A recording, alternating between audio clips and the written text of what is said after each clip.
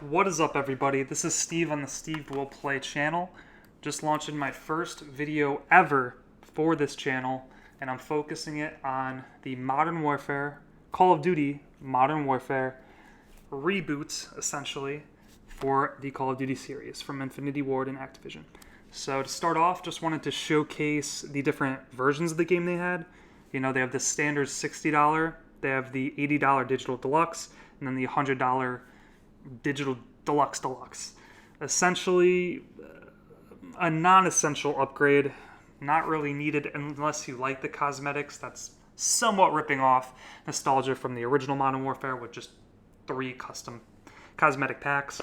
And then the $100 version is you're paying another $20 for virtual currency for online, which I'm hoping Activision isn't going to bring in the egregious practices that they had from Black Ops 4.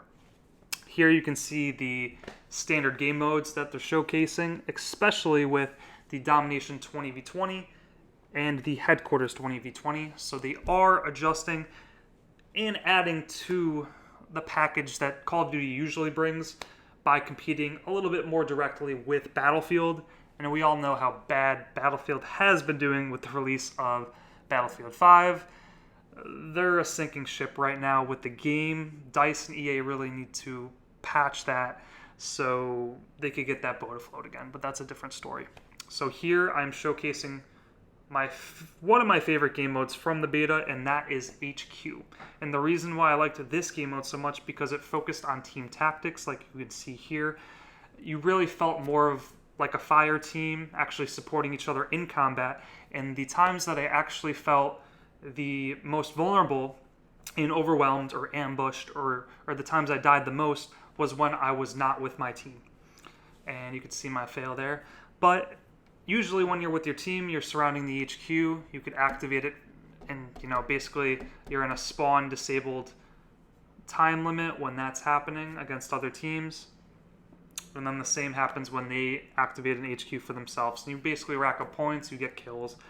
Your standard Call of Duty kind of game, except I do like the respawning when you do have that HQ, and the same with the other team. It brings a little bit more tension into the gameplay and lets you work together better so that you can have a team dynamic, which old Call of Duty games kind of failed to recognize. I will say that this Call of Duty resembles the original successing ones from Infinity Ward so well. I would say it's a lot like Modern Warfare 2, or Modern Warfare, you could even say. But I'm really happy about that. Those, to me, were the best ones, and I think most Call of Duty fans or gamers alike would say that Modern Warfare 2 was the best Call of Duty of all time. I have good faith saying that, and getting to 10th Prestige myself on the 360, I put in way too many hours into that game to hopefully have an okay opinion on that. But regardless, just some more footage of the HQ. Another thing I did like was the movement, and also the advantages you can have from the terrain and the environment, such as crawling through crawl spaces. And I'm hoping they kind of go back to the Modern Warfare 2 skyline or skyrise, where you could work your way up to the top of the map. It's that kind of tension where it's hard to get there, but once you're there, you have an advantage over the enemy. It's balanced where it's something that's difficult to do, but once you do it, you'll have the advantage, if only temporarily, over the other team. So that's something I'm hoping they do implement on other maps. We only had a couple maps here to show and to play on. Another thing I did like here was the kill streaks. I think they adjusted the Predator missile here, which they call something different now, of course, cruise missile, I believe, to make it so it's a lot harder to kind of, it's not so easy. The Predator missile was super easy. You just fly down, blow up 3 people. This one, a little bit more tactical, a lot more, I guess, more lifelike. Not that we would know, but it's harder to hit your enemies, and there's more cover for your enemies to hide behind, so you're not so OP.